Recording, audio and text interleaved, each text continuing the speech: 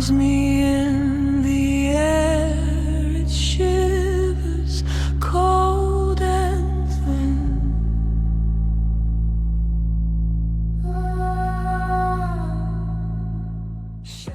Echoes of the Forgotten Bride. Episode 14, The Mermaid's Price.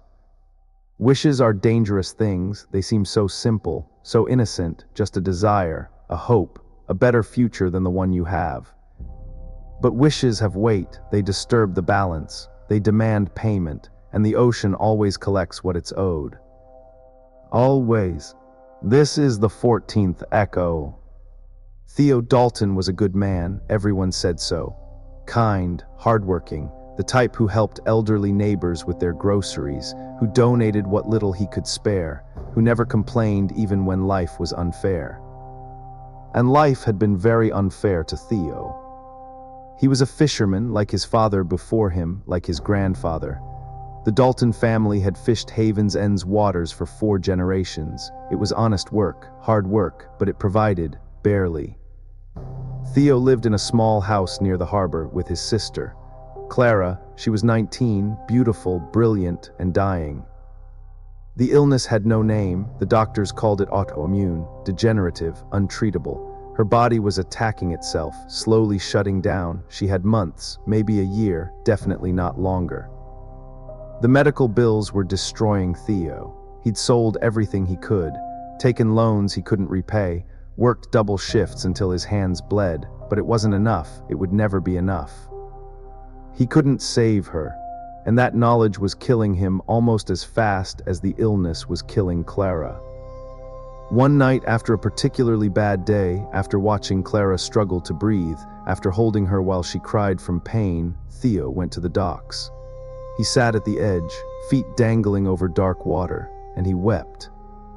I'd give anything, please, if there's anyone listening, any god or devil or force in this universe, take whatever you want from me, just let her live, just give her a chance.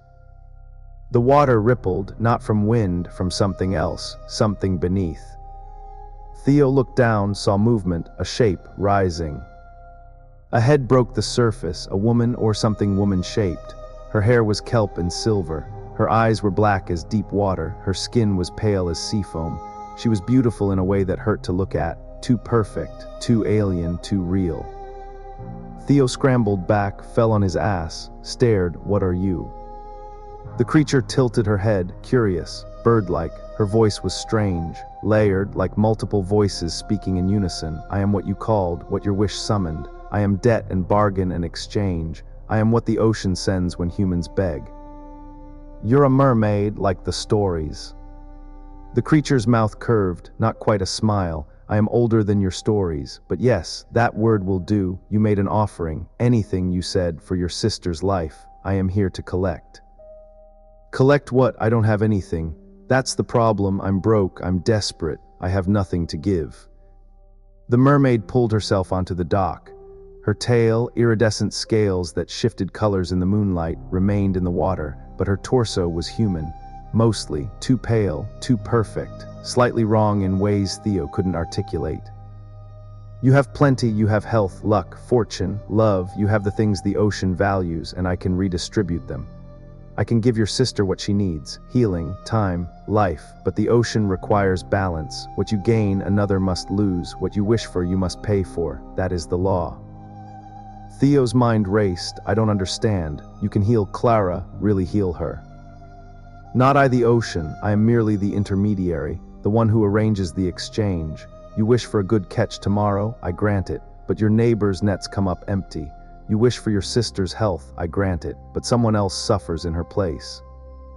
No, that's not fair. I can't hurt someone else to save her. The mermaid's expression was unreadable. Then you don't wish hard enough.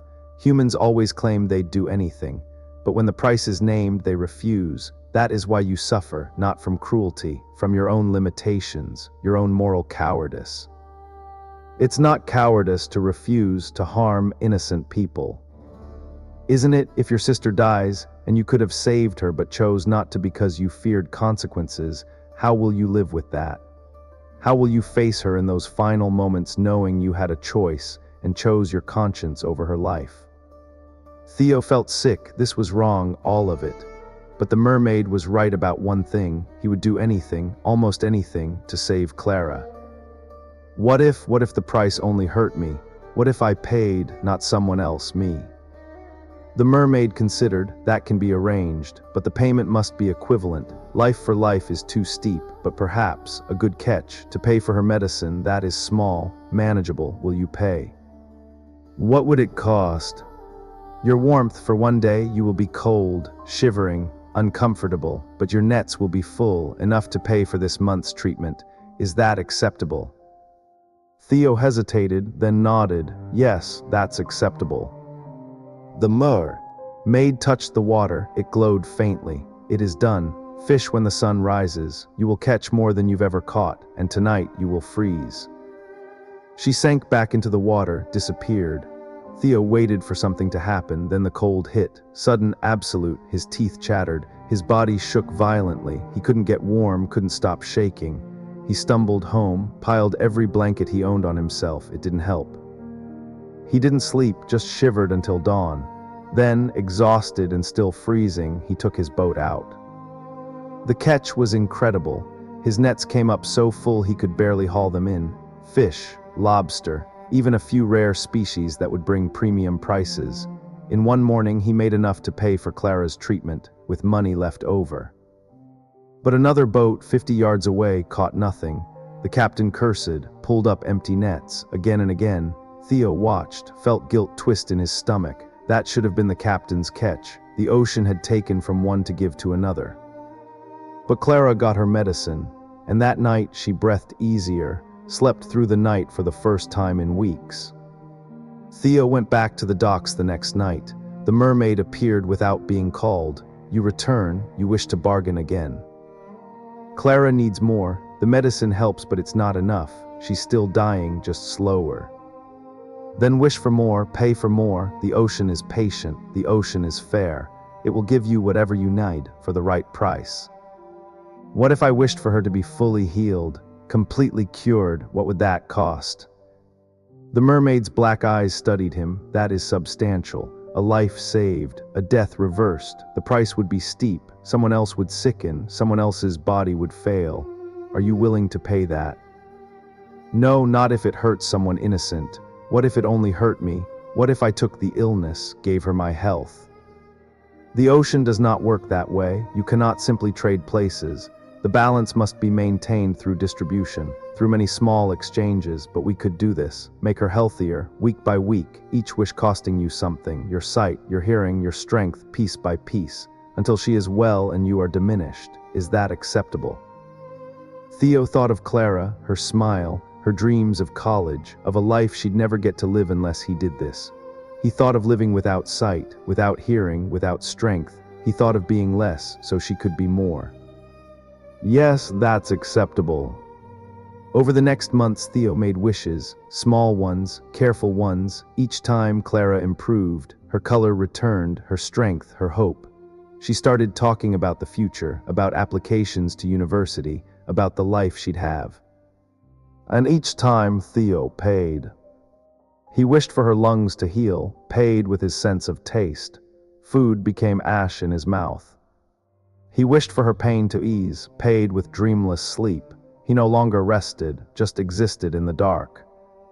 He wished for her energy to return, paid with his own. He was exhausted constantly, could barely work, could barely function. But Clara bloomed. She was healthy, vibrant, alive. She didn't know what Theo was doing, what he was sacrificing. He made sure of it. Told her the new treatments were working, that the doctors had found a solution. She believed him, was just grateful, just happy. And Theo was happy for her, even as he withered, even as he became hollow, even as he lost piece after piece of himself. Until the night his friend Marco's boat went down. Marco was a good man, a father of 3. His boat hit rocks in a storm, sank, Marco drowned. His body was found 3 days later. The community mourned, helped his widow, his children. But Theo knew, he knew what had happened. He'd wished for a safe passage home that night, during the same storm, had paid with his luck, and the ocean had redistributed it, taken Marco's luck, Marco's safety, Marco's life. Theo hadn't meant to kill anyone, hadn't known the price would fall on someone else, but it had, and Marco was dead, and his children were fatherless. Because of Theo's wish. Theo went to the docks that night, rage and grief warring in his chest. The mermaid appeared, cautious. She could sense his anger. "You killed him, Marco. You took his life to save mine." "The ocean took his life. I merely arranged the exchange. You wished to come home safely. Someone else had to lose safety for you to gain it. That is the law, that is balance." "That's not balance, that's murder. You're making me a murderer." "You made the wishes, you spoke them. You accepted the terms, I merely fulfilled them. Do not blame me for consequences you chose." "I didn't choose this, I didn't know he'd die." "Did you ask, did you inquire what each wish would cost? Or did you simply want what you wanted and accept any price as long as it wasn't named?" Theo felt tears burn his eyes. "I was trying to save my sister." "And you did, she is healthy now, thriving, because you wished because others paid. That fisherman, that family, they paid for her life with their loss. You cannot have gain without loss, joy without sorrow, life without death. That is reality. I simply make it visible, make it transactional." No more wishes. I won't do this anymore." The mermaid's expression was almost sympathetic, but Clara is not fully healed. The illness is in remission, but without continued treatment it will return, stronger, angrier. She will die within weeks, unless you continue wishing, unless you continue paying. "Then I'll pay differently, just me, take everything from me. My health, my life if needed, but don't hurt anyone else, please." That is not how this works. The ocean does not accept one large payment, only many small ones. If you stop wishing, Clara dies. If you continue, others suffer. Those are your options, choose. Theo looked at the dark water, at his reflection rippling in it, at the hollow-eyed man he'd become. Clara was alive because he'd made terrible choices, because he'd been desperate, because the ocean had offered him a deal and he'd taken it without understanding the cost. "I choose to stop, no more wishes. Clara will have whatever time she has left, and I'll spend it with her, really with her. Not sacrificing strangers to buy her hours. If she's going to die, she'll die knowing her brother didn't become a monster to save her." The mermaid was silent. "Then, you surprise me. Most humans wish until they've destroyed everything around them, until the price is too visible to ignore. You stop while there's still something left of you. That is rare, admirable even." "I don't feel admirable. I feel like I've murdered someone, like I've played God with other people's lives." "You have, but you also loved fiercely enough to damn yourself. That counts for something, not much, but something. Is there a way to undo it, to bring Marco back, to give back what I took?" The mermaid shook her head. "Death cannot be reversed, not by me, not by the ocean. What's done is done. You can only move forward, live with it, or not. That is your choice now." She began to sink. Theo called out, "Wait, why did you do this? Why offer bargains you know will destroy people?"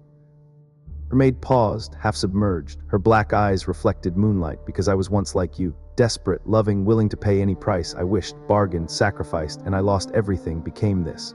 Neither human nor fish, neither alive nor dead, just a conduit for the ocean's transactions, a cautionary tale that no one heeds. I offer the bargains because that is what I am now, what I was transformed into. And I hope each time that someone will be wiser than I was, will refuse. We'll choose differently, most don't, but you did at the end, so perhaps there is hope."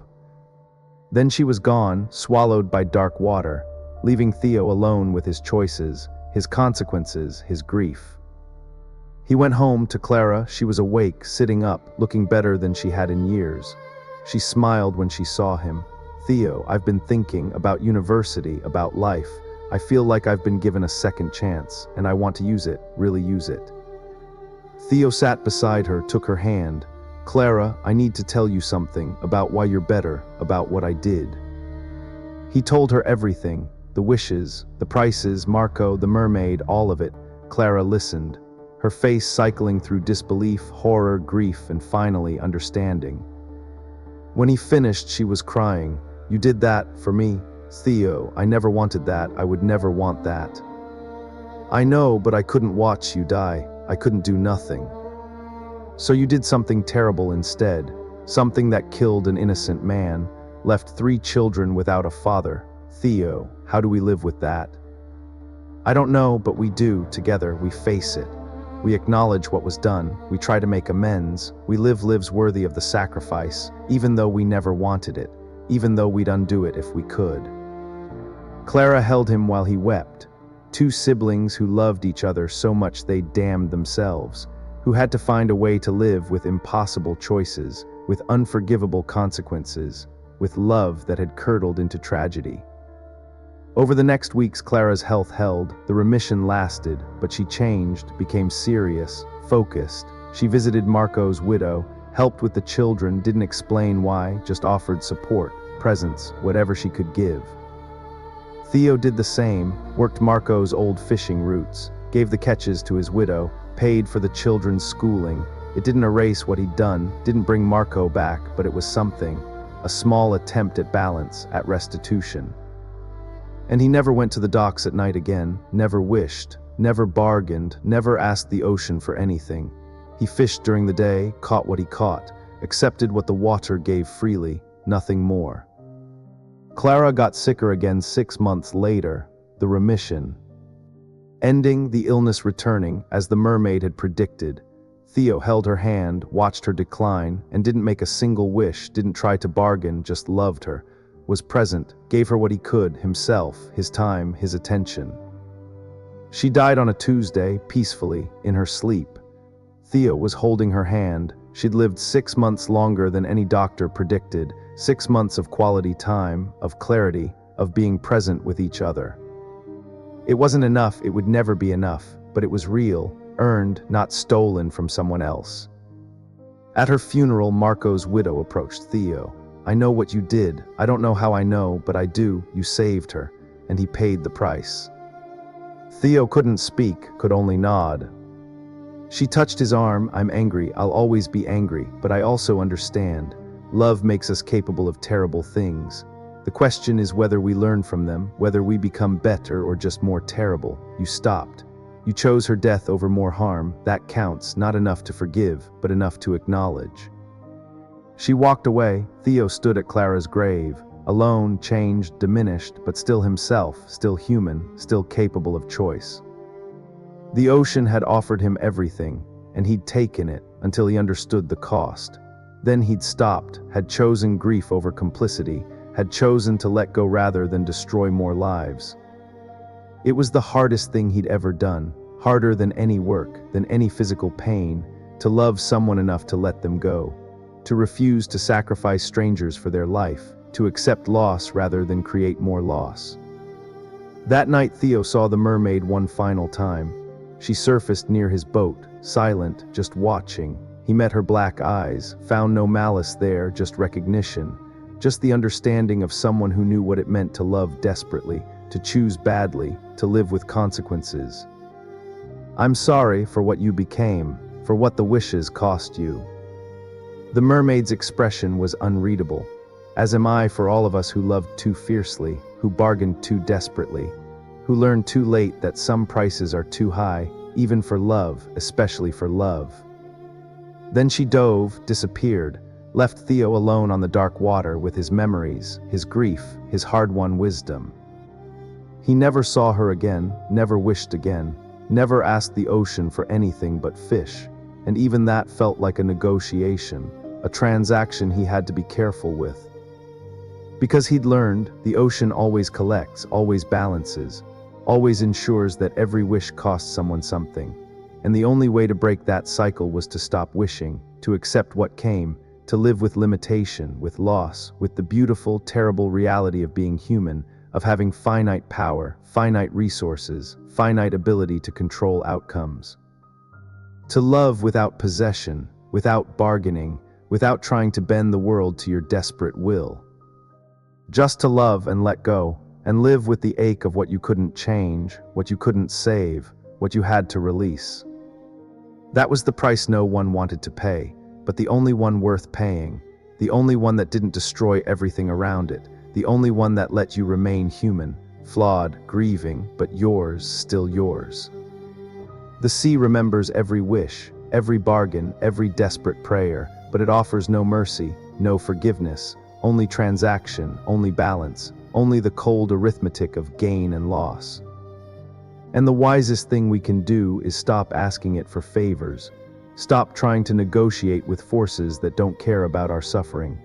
Stop believing that if we just pay enough, sacrifice enough, bargain cleverly enough, we can escape loss. We can't. Loss is inevitable. The only choice we have is whether we face it with integrity, or whether we create more loss, more grief, more tragedy, in the desperate attempt to avoid our own.